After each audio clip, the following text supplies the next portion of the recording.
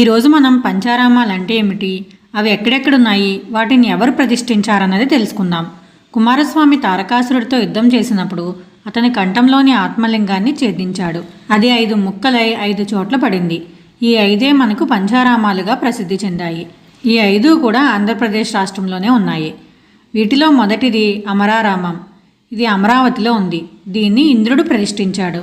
రెండవది సోమారామం. ఇది భీమవరంలో ఉంది. దీనిని చంద్రుడు ప్రతిష్ఠించాడు. అందుకే ఈ లింగం అమావాస్య పౌర్ణముల్లో రంగు మారుతుంది. మూడవది క్షీరారామం. ఇది పాలకొల్లులో ఉంది. దీనిని శ్రీరాముడు ప్రతిష్ఠించాడు. నాలుగవది భీమారామం. ఇది ద్రాక్షారామంలో ఉంది.